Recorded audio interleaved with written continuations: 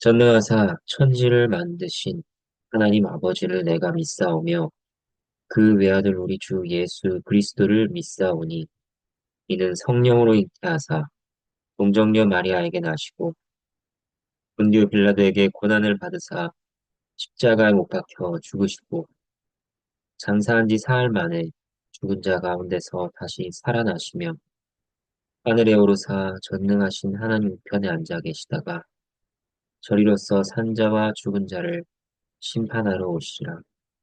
성령을 믿사오며 거룩한 공예와 성도가 서로 교통하는 것과 죄를 사하여 주시는 것과 몸이 다시 사는 것과 영원히 사는 것을 믿사옵나이다.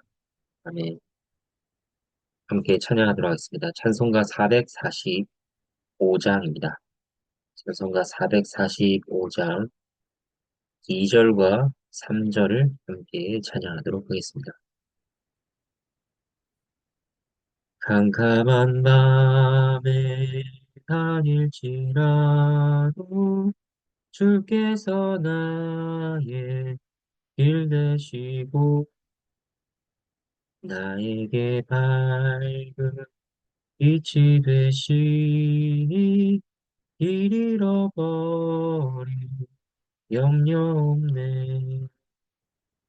하늘의 영광 하늘의 영광 나의 맘속에 차고도 넘쳐 할렐루야 힘차게 불러 영원히 주를 찬양하리. 광명한 불빛 마음에 받아 찬란한 천국 알아보고 할렐루야 힘차게 불러 날마다 빛에 걸어가리. 하늘의 영광 하늘의 영광 나의 맘속에 자고도 넘쳐 할렐루야 힘차게 불러 영원히 주를 찬양하리. 함께 보실 하나님의 말씀은 열왕기하 2장 1절에서 14절 말씀입니다. 1절부터 6절까지 먼저 보도록 하겠습니다. 여호와께서 회오리 바람으로 엘리야를 하늘로 올리고자 하실 때에 엘리야가 엘리사와 더불어 길갈에서 나가더니 엘리야가 엘리사에게 이르되 청하건대 너는 여기 머물라. 여호와께서 나를 베델로 보내시느니라 하니 엘리사가 이르되 여호와께서 살아계심과 당신의 영혼이 살아있음을 두고 맹세하노니 내가 당신을 떠나지 아니하겠나이다 하는지라. 이에 두 사람이 베델로 내려가니 베델에 있는 선지자의 제자들이 엘리사에게로 나아와 그에게 이르되 여호와께서 오늘 당신의 선생을 당신의 머리 위로 데려가실 줄 아시나이까 하니 이르되 나도 또한 아노니 너희는 잠잠하라 하니라. 엘리야가 그에게 이르되 엘리사야 청하건대 너는 여기 머물라. 여호와께서 나를 여리고로 보내시느니라. 엘리사가 이르되 여호와께서 살아계심과 당신의 영혼이 살아있음을 두고 맹세하노니 내가 당신을 떠나지 아니하겠나이다 하니라.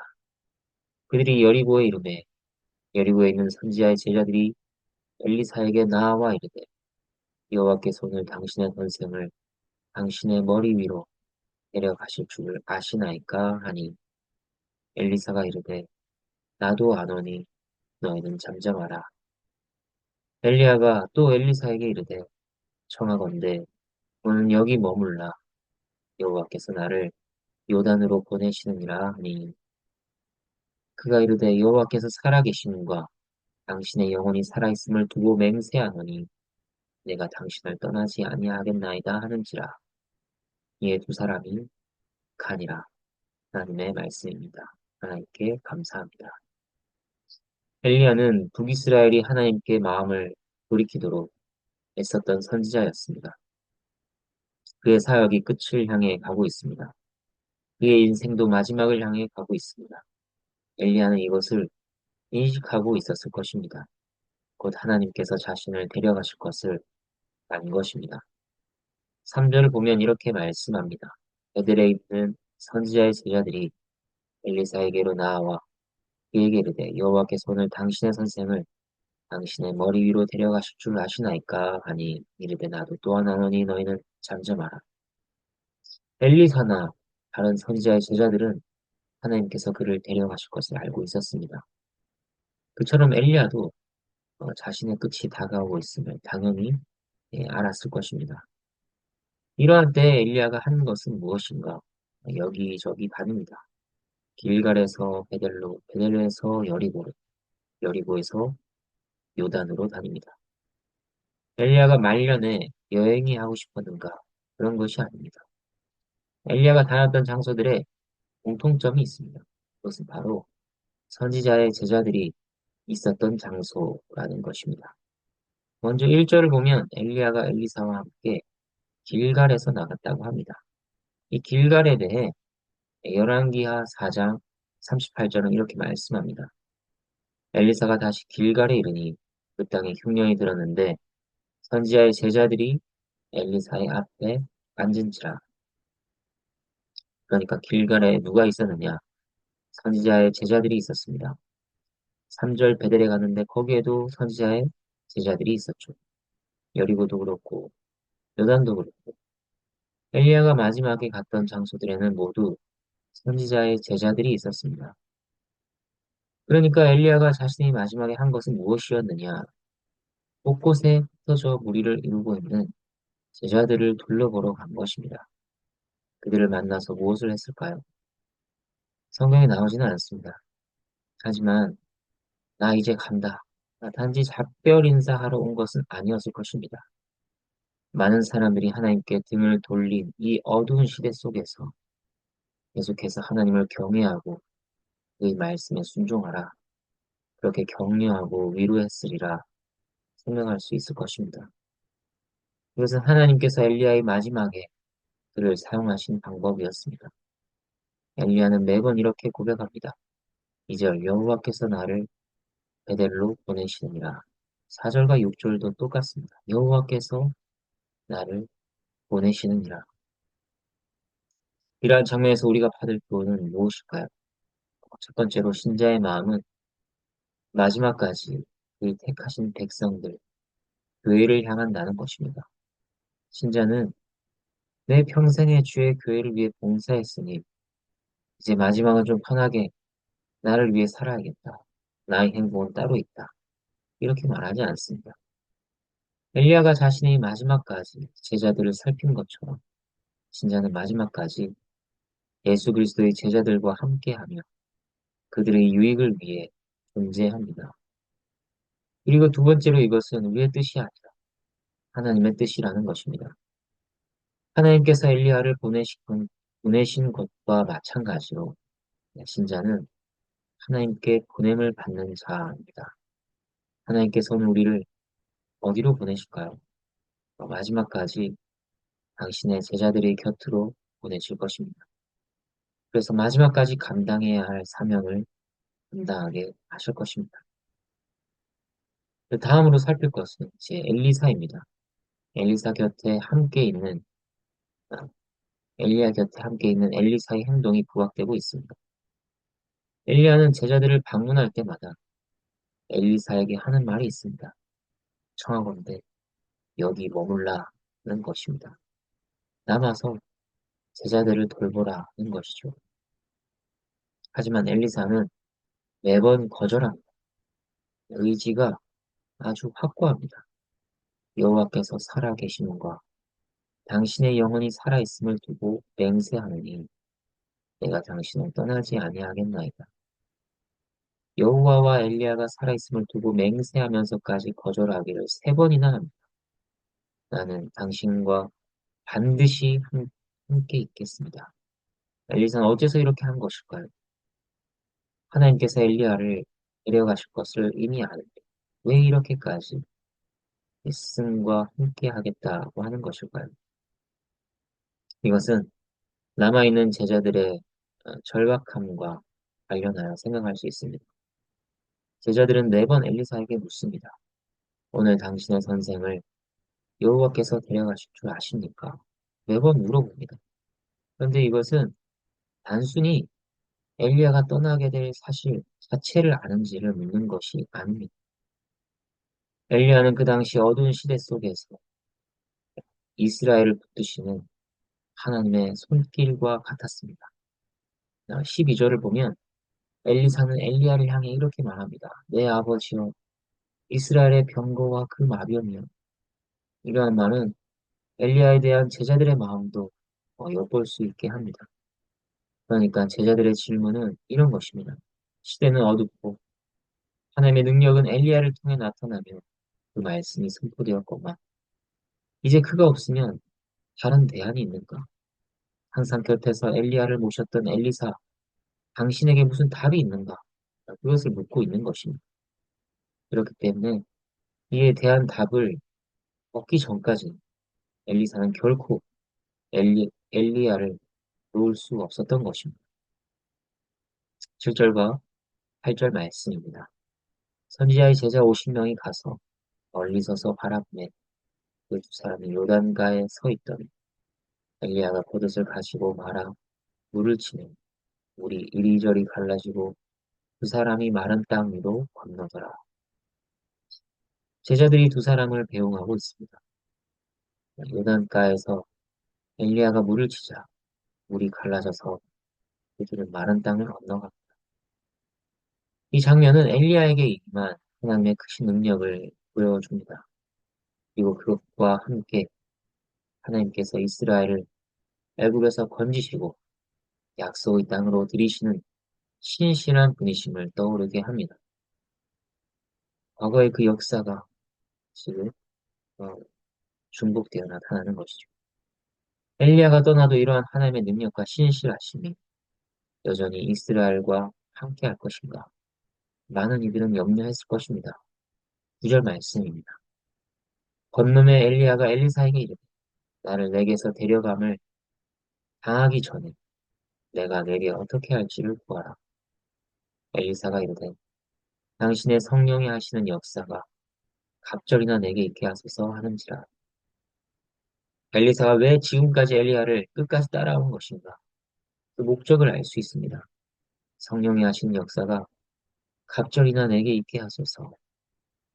이것은 사도행전에서 시몬이 사도들의 안수로 성령 받는 것을 보고 돈을 주면서 이 권능을 내게 달라 하는 것과 같은 것이 아닙니다. 엘리사의 개인적인 욕심과 욕망으로 구한 것이 아닙니다. 먼저 갑절이나 달라고 하는 표현이 무엇인가? 이것은 마다들이 다른 형제들에 비해 두 배의 유산을 차지하는 것과 관련된 표현입니다. 그러니까 다른 제자들과는 달리 장자의 권리를 달라는 것입니다. 엘리야가 가고 나서 자신이 그 선지자직을 계승하기를 구한 것입니다. 그 책임과 임무가 얼마나 역중한 것이겠습니까? 그러나 엘리사는 하나님의 영광과 그의 백성들을 위해 그처럼 헌신하기를 원했습니다. 그래서 그에 따라 필요한 권리와 능력을 구하고 있는 것이죠. 10절 말씀. 이르되 네가 어려운 일을 구하는도다. 그러나 나를 내게서 데려가시는 것을 내가 보면 그 일이 내게 이루어지려면 그렇지 아니하면 이루어지지 아니하리라 하고 엘리야의 직무를 잇는 것은 쉬운 일도 아니었고 엘리야가 마음대로 정할 수 있는 일도 아니었습니다. 하나님께서 정하시는 것이요 이루시는 것이었습니다. 하지만 단서를 다는 것이죠. 하나님께서 나를 데려가시는 것을 네가 본다면 그 일이 이루어질 것이라. 과연 엘리사는 엘리야를 데려가시는 것을 보게 되는가? 11절부터 13절까지 말씀입니다. 두 사람이 길을 가며 말하더니 불수레와 불말들이 두 사람을 갈라놓고 엘리야가 회오리 바람으로 하늘로 올라가더라. 엘리사가 보고 소리 지르되 내 아버지여 내 아버지여 이스라엘의 병거와 그 마병이여 하더니 다시 보이지 아니하는지라. 이에 엘리사가 자기의 옷을 잡아 불로 짓고 엘리야의 몸에서 떨어진 겉옷을 주워 가지고 돌아와 요단 언덕에 서서 엘리야를 데려가시는 것을 보고 엘리사는 슬펐을 것입니다. 또 두려웠을 것입니다. 복합적인 마음이 들었을 것입니다. 이제 주의 백성들은 어떻게 되는 것인가? 하지만 엘리야가 앞서 말한 바가 있었죠. 나를 데려가시는 것을 보면 내게 성령의 역사가 갑절이나 있을 것이라. 엘리사는 엘리야를 계승하는 의미로 그의 겉옷을 줍고 돌아와 기도합니다. 14절 말씀입니다. 엘리야의 몸에서 떨어진 그의 겉옷을 가지고 물을 치며 이르되 엘리야의 하나님 여호와는 어디 계시니까 하고 그도 물을 치매 물이 이리저리 갈라지고 엘리사가 건너니라. 하나님의 능력과 신실하심이 여전히 그의 백성들을 붙들고 계신다. 엘리야와 같이 엘리사를 앞으로 특별히 사용하실 것이라 하는 것이 드러났습니다. 물이 갈라지게 하심으로 하나님께서는 엘리사에게 응답하셨고 확신을 더하셨습니다. 이제 말씀을 정리하겠습니다. 이 땅에서의 엘리야의 마지막 모습을 살폈습니다. 하나님께서는 에녹과 같이 엘리야가 죽음을 보지 않고 회오리 바람에 들려 하늘로 올라가게 하셨습니다. 엘리사는 엘리야의 승천을 결코 잊을 수 없었을 것입니다. 그 모습이 그에게 각인되었을 것입니다. 그래서 하나님께서 그의 신실한 종들에게 어떻게 은혜를 베푸시는지, 또 자신이 붙들어야 할 능력과 도움이 어디서 오는지를 확실히 알았을 것입니다. 하늘의 상급과 하늘의 도움을 바라도록 하신 것입니다. 그리고 이 모습을 우리에게까지 전해지도록 하셨습니다. 그래서 하나님께서는 동일하게 그의 백성들을 위로하고 격려하십니다. 하나님께서는 어두운 시대에 신실한 소수의 무리들 중 하나로 우리를 부르셨습니다. 엘리사가 엘리야의 승천을 보고 난 이후 본격적으로 그의 사역을 시작한 것처럼 예수님의 제자들도 그리스도의 부활과 승천을 보고 난 이후 주를 증언한 자들로 크게 변화되었습니다. 우리도 마찬가지입니다. 우리의 눈이 엘리야의 승천과 그리스도의 승천을 믿음으로 보지 않는다면 우리의 마음은 이 땅에만 고정되어 있을 것입니다. 그러면 결코 주의 제자들로 살아갈 수 없는 것이죠. 그러나 성령께서는 우리의 마음을 변화시키시고 하늘의 영광과 능력을 사모하게 하십니다. 우리와 함께 하시며 여전히 그의 신실하심이 우리를 붙들고 있음을 알리십니다. 주의 크신 은혜를 믿어 이 땅에서 담대하게 받은 사명을 마지막까지 감당하는 우리 모두가 되기를 바랍니다. 우리도 머지않아 천상에서 영원한 복을 누리게 될 것입니다. 그런 사실을 믿고 하나님을 찬양하는 하나님과 동행하는 우리 모두가 되기를 바랍니다. 함께 기도하겠습니다. 하나님 아버지 감사합니다. 저희들의 마음을 이끌어 주시옵소서. 이 땅에 고정되어 있는 마음을 돌이켜 하늘을 바라보게 하시고 하늘에서 주신 그 사명과 영광을 들고 살아가게 해 주시옵소서. 마지막까지 충성되게 주의 일꾼으로 살아가게 하시고 주께서 위로하시는 그 위로 속에서 힘을 얻고 하나님을 경배하게 해 주시옵소서. 여러 가지 형편들과 어려움들을 주님께서 알고 계십니다. 저희들에게 필요한 여러 가지 도움들을 항상 공급하시는 하나님의 신실하심을 들게 하시고 그 하나님 안에서 저희가 평안을 누리게 해주시옵소서. 오늘 하루도 하나님께 맡겨드리오며 감사드리며 예수 그리스도의 이름으로 기도합니다. 아멘. 주께서 가르쳐 주신 기도로 기도하겠습니다. 하늘에 계신 우리 아버지여, 이름이 거룩히 여김을 받으시오며 나라가 임하시오며 뜻이 하늘에서 이루어지는 것 같이 땅에서도 이루어지다. 오늘 우리에게 일용할 양식을 주시옵고 우리가 우리에게 죄 지은 자를 사하여 주는 것 같이 우리 죄를 사하여 주시옵고 우리를 시험에 들게 하지 마시옵고 다만 악에서 구하시옵소서. 나라와 권세와 영광 아버지께 영원히 있사옵나이다. 아멘.